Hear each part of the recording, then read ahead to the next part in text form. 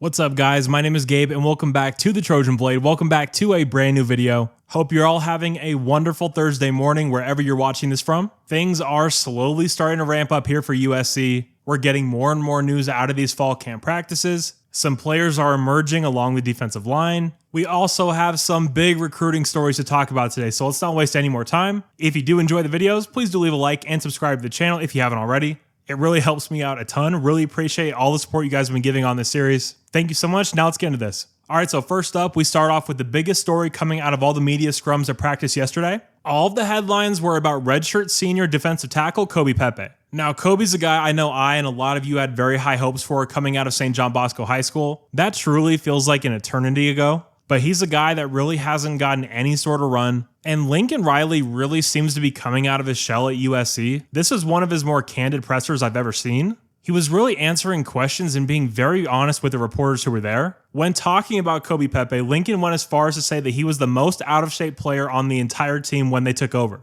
I mean, you don't really hear coaches say stuff like that. That's not coach speak at all. That's very honest. But he wouldn't be able to say that if it wasn't for the turnaround that Kobe's made. Riley also said that Kobe has totally changed his body. He also went on to say that the new defensive scheme has been better for Kobe Pepe and he'll have a chance to contribute this fall. That's fantastic news to hear, and good for Kobe. He was in a bad spot when Lincoln took over. I was shocked when he didn't transfer out last year. So the fact that he's still here and he's pushing for some serious playing time is truly amazing. When you look at that nose tackle spot in this D'Anton Lynn defense, if you've ever watched Michigan or the Baltimore Ravens, you know what I'm going to say. That nose tackle there is just going to eat up space and free up those linebackers.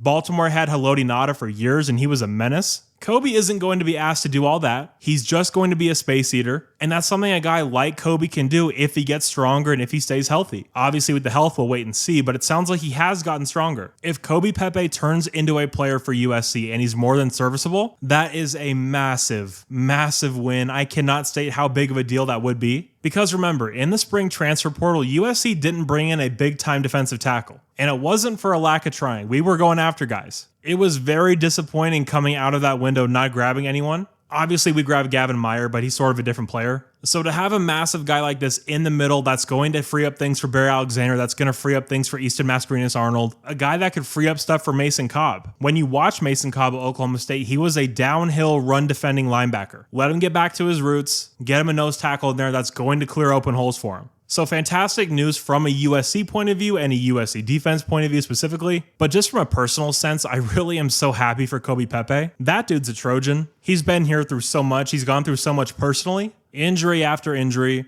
Not thinking he was going to make it on this Lincoln Riley-led USC team. To finally being here in 2024, going to the Big Ten, the biggest season of USC football in a long time. And he has the chance to be a big-time player on this defense. So good for him, and hopefully very good for us as a team. Next up, we're talking about in-helmet communication and specifically who's wearing the green dot for the USC defense. Now, with the new communication rules being in place, in my head, I immediately had two candidates in mind to wear the green dot. I thought it was either going to be Easton Mascarenas-Arnold or Kamari Ramsey. They both could do it. They're both in leadership positions on the defense. But when talking to the media, USC defensive coordinator D'Anton Lynn did say that EMA was going to be the primary green dot on the defense. And that obviously makes a lot of sense. He's your Mike backer. He's a very experienced player, very smart guy as well. And having a guy like D'Anton Lynn that comes from the NFL, the bulk of his experience being in the NFL, that can only help when it comes to this brand new system that's been commonplace in the NFL for years. Having the green dot is going to allow for quicker and cleaner communication from the DC out to EMA. So yeah, it appears Easton is your green dot for the 2024 season.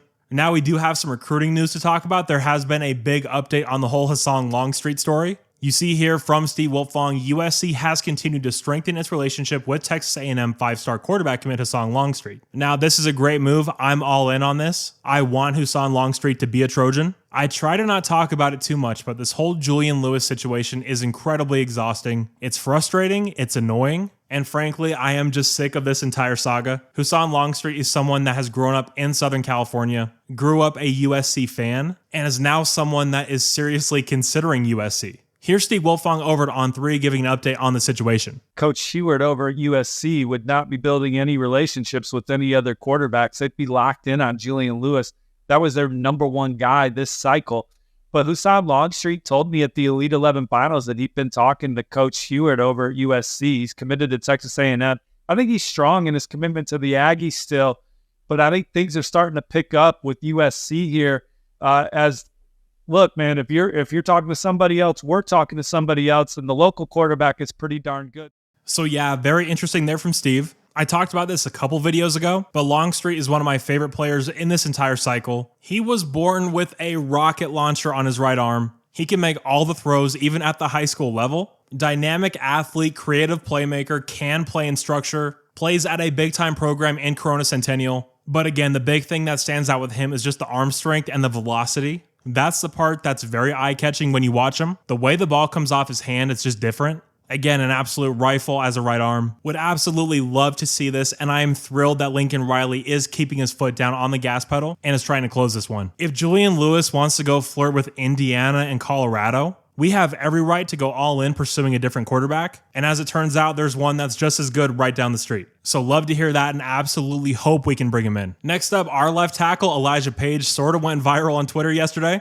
Chris Trevino from USCFootball.com posted a video of him walking out to practice. And while I will say he's not walking with the tallest members of the USC football team, he looks absolutely massive. You see Pat saying, "This has to be an AI edit. Is that an 8-foot tall man?" And then love the response from the USC account saying, "Definitely not AI." But yeah, Elijah looks like an absolute giant in this clip. Again, I know it, and a lot of you guys know it. This is a star that is going to break onto the college football scene this year. Wait until the big-time draft scouts start getting a look at Elijah. He's going to get a lot of publicity this season. And finally, ending with some staff updates. Because of the new rules of lifting restrictions on how many coaches you can have, it sounds like Taylor Mays is going to become a full-time coach on the USC staff. Well overdue. You saw the work he did in the lead up to the bowl game, where he was the one running the secondary. That was by far the best performance of the last 2 years from the Trojan secondary. So to have him as a full-timer is going to be a big-time win. Love Taylor, and that does nothing but help our staff. But guys, that will do it for another Trojan update. Again, if you did happen to enjoy this video, please do like and subscribe to the channel. It helps me out so much. Thank you guys so much for all the support. You're all awesome, and as always, take care and fight on.